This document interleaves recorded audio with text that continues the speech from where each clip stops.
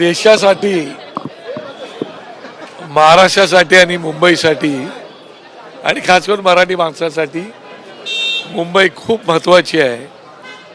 निवडणुका येतात, निवडणुका जातात, पण जे काही लोकांचं स्वप्न आहे मुंबई महाराष्ट्रापासून वेगळी करायची, आणि तशा प्रकारची आखणी करूनच त्यांचं सगळं प्लॅनिंग सुरू झालेलं आहे. आणि म्हणून बाकी सगळ्या गोष्टी क्षुल्लक आहेत, त्या सगळ्या गोष्टी बाजूला ठेवून आज मुंबई आपल्या हातात राहिली पाहिजे. मुंबई आपल्यापासून वेगळी करण्याचे त्यांचे स्वप्न आहेत, ते स्वप्न उद्ध्वस्त करायचं आहे. आणि मुंबई मराठी माणसाची आहे, महाराष्ट्राची आहे, ती आपली राहिली पाहिजे. आणि म्हणून साहेब नेहमी बोलतात की भांडणापेक्षा आणि वादापेक्षा आपल्यासाठी आज ही निवडणूक फार महत्त्वाची आहे. आणि म्हणून आपण ही निवडणूक अत्यंत जोमात जोशात आपल्याला लढवायची आहे आणि कुठल्याही परिस्थितीमध्ये मुंबई आपल्या हातात राखायची आहे. तेव्हा सीट इकडच्या तिकडे झाले असतील, काही सीट येतात, काही सीट जातात, काही लोकांना वाईट वाटतं, ही गोष्ट जरी असली तरी गेल्या 20 वर्षांमध्ये पहिल्यांदाच आपण निवडणूक लढतो आहोत युतीमध्ये.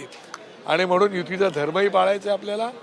आणि त्या ठिकाणी असणारी प्रत्येक जागा ही मुंबईसाठी अत्यंत महत्त्वाची आहे, महाराष्ट्रासाठी महत्त्वाची आहे आणि मराठी माणसांसाठी महत्त्वाची आहे.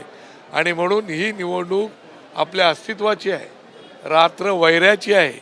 मुंबई मराठी माणसांसाठी या निवडणुकीमध्ये सगळं बाजूला ठेवून झोपून जाऊन काम करून मुंबई आपल्याला वाचवायची आहे, अशा प्रकारचा संदेश सन्माननीय राज ठाकरे साहेबांनी आमच्या सगळ्या कार्यकर्त्यांना दिलेला आहे. आणि मला वाटतं कार्यकर्ते पूर्णपणे चार्ज होऊन आता आपल्या आपल्या मतदारसंघात ज्या ज्या ठिकाणी शिवसेनेच्या सीट्स आहेत त्या त्या ठिकाणी आपल्या लोकांनी जाऊन त्यांच्यात फॉर्म भरताना सहभागी व्हायचं आहे. ज्या ज्या ठिकाणी आपल्याला उमेदवारी मिळणार आहेत त्या त्या ठिकाणी ते सहभागी होतील.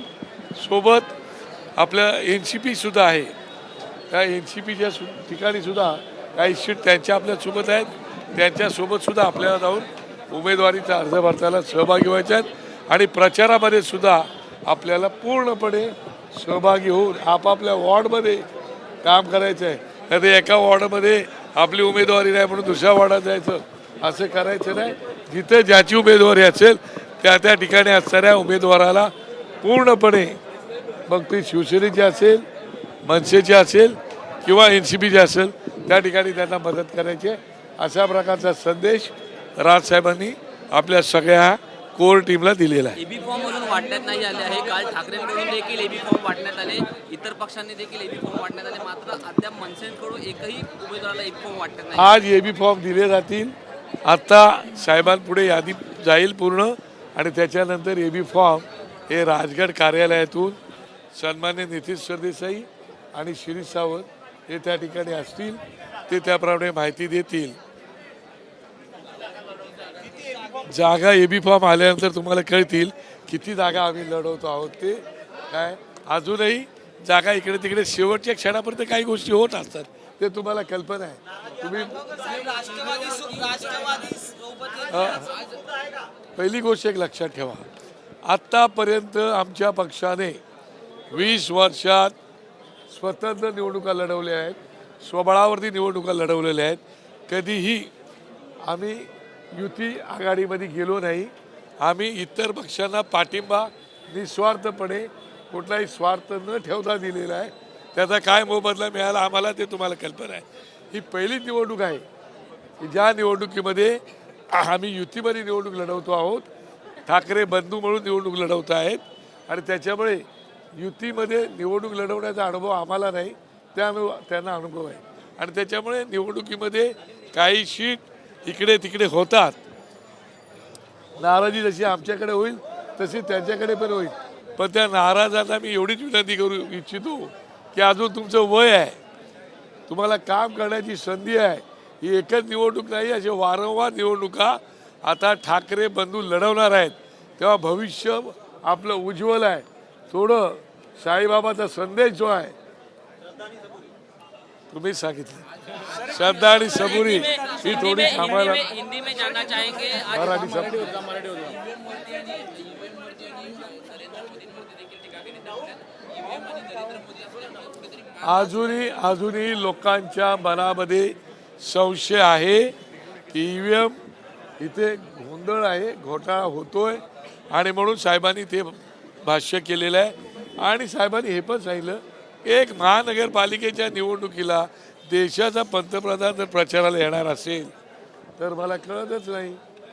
आणि पक्षाच्या ते देशाचे पंतप्रधान आहे आणि महानगरपालिकेच्या निवडणुका आहेत आणि म्हणून जोपर्यंत हे असं होणार आहे तोपर्यंत आपल्याला सावध राहायला पाहिजेत.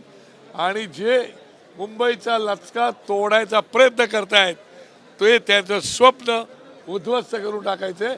आणि ते काम आता मुंबईकर जनतेचं आहे, मुंबईत राहणाऱ्या प्रत्येक नागरिकाचं आहे, प्रत्येक मराठी माणसासहित मुंबईवरती प्रेम करणारा जो कोण भाषिक असेल, ज्या मुंबईने तुम्हाला भर भरून दिले ती मुंबई वाचवण्यासाठी आपल्याला प्रयत्न करायचे आहे. हिंदी में जानना चाहेंगे शिवसेनेसोबत जी राष्ट्रवादी आहे त्यांच्या मुंबई अध्यक्षा भाजपच्या वाटेवर असल्याची माहिती समोर आलेली आहे. मला असं वाटतं या बाबतीतला प्रश्न तुम्ही जयंतरावांना किंवा शशिकांत रावांना विचारलं तर बरं पडेल असं मला वाटतं. त्याच्यावरती मी भाष्य करणं उचित नाही. सर हिंदी में जानना चाहेंगे आज क्या डिस्कशन आज ते शिवसेनेला माहीत असेल. माझ्याकडे काही सीट्स होत्या त्यातल्या सीट मी पक्षप्रमुखाच्या आदेशाप्रमाणे काही सीट आम्ही हिंदी सोडल्या. में जानना चाहेंगे आज क्या राज ठाकरे जी ने आप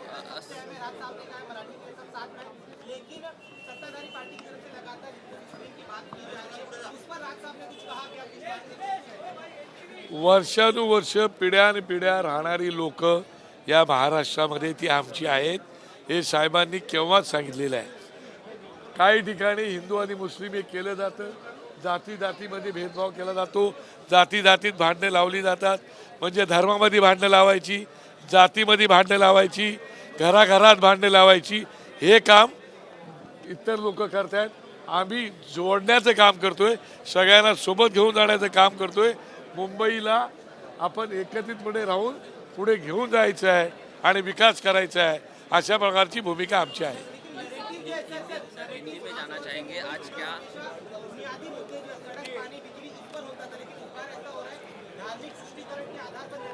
मुझे लगता है मेरी पार्टी जो है वो पार्टी का मूल ये विकास में ही है. हमने जब पार्टी बनाई तभी विकास के ऊपर ही हमने पार्टी के बारे में हमारा ब्लूप्रिंट भी हमने बनाई थी और उसके लिए विकास बिना छोड़े हम बात नहीं करेंगे. बाकी तो राजनीति है, राजनीति में सब बातें आने वाली है. नहीं, मुंबई देखो बहुत सालों का सपना है, जो गुजरात का सपना है, जो मुंबई उनको चाहिए. मुझे लगता है कि बड़े संघर्ष से 107 हुतात्मा देके मुंबई महाराष्ट्र के लोगों ने अपने पास रखी है. जो मुंबई आज भी देश को सबसे ज़्यादा कर देती है. मुंबई को क्या मिलता है? वो मुंबई बचाना हमारा धर्म है और वो मुंबई बचनी चाहिए. उसके लिए मराठी से लेके मुंबई पे प्यार करने वाले हर भाषिक को, जिन्होंने आपको सब कुछ दिया है, रोजी रोटी सब, वो मुंबई को बचाने का काम हमारा आपका सबका है. इसलिए आप सब एक साथ मिलके अपनी जो भी नाराजगी होगी वो बाजू में रख के मुंबई को साथ ले जाना है. सर कल आज राज ठाकरे जी ने नरेंद्र मोदी और ईवीएम की बात की. कल उद्धव जी ने भी कहा कि भाजपा वाले 2 गुजरातियों को मुंबई देने की फिराक में. क्या कहते हैं? देखिए, पहली बात है कि मुंबई के नहीं पूरे हिंदुस्तान के, भारत के लोगों के दिल में ईवीएम के बारे में शंका कुशंका है और पक्का हमें पता है कि ईवीएम का प्रॉब्लम है, घोटाला है, जो भी है, और उसके ऊपर लोगों का भी शंका है. उसके साथ नरेंद्र मोदी जी ये देश के पंतप्रधान हैं. हम विधानसभा लोकसभा का चुनाव तो समझ सकते हैं, मगर मुंबई महानगर पालिका के चुनाव में या महानगर पालिका के चुनाव में भी अगर पंतप्रधान, देश का पंतप्रधान, जो देश के लोगों ने उनको चुन के लाया, वो मुंबई महानगर पालिका और महानगर पालिका के प्रचार में जाते हैं, वो हमें कोई उचित बात नहीं लग रही कि वो सभी देश के पंतप्रधान हैं.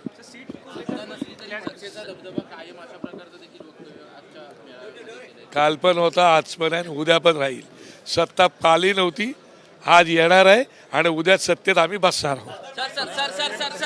सर सर एबी फॉर्म कब तक बांटने वाले हैं, उसके बारे में थोड़ा कुछ बताइए सर। एबी फॉर्म के बारे में फाइनल बताइए, एबी फॉर्म कब तक देने वाले अभी हैं? साहब के पास हम लोग जा रहे हैं और उम्मीदवारों की यादी दी जाएगी, बाद में साहब उम्मीदवार तय करेंगे और ये भी फॉर्म दिया सर संतोष जुरे आज मेळाव्यात पाहायला मिळाले. 194चा तिढा सुटला गेलाय का मागच्या अनेक दिवसांपासून? हो, संतोष झुरी माझा कडवट कार्यकर्ता आहे, कडवट महाराष्ट्र सैनिक आहे.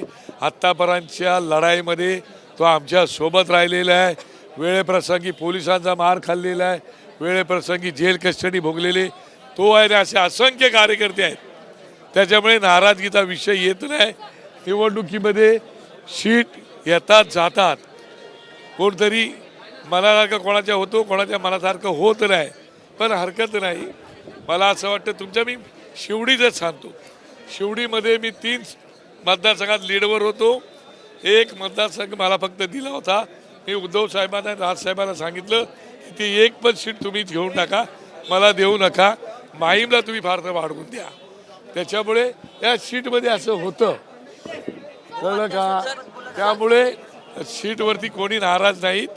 नाराजगी असेल तर ती सगळी आता दूर झालेली आहे. Sir sir sir sir UP त्या संदर्भात बोला दादा.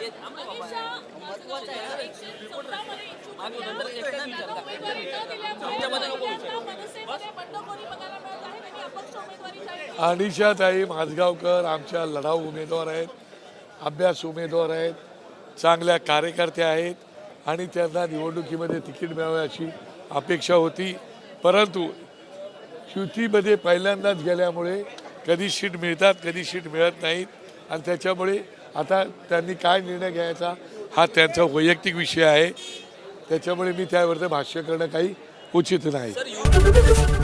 एबीपी माझा, उघडा डोळे बघा नीट.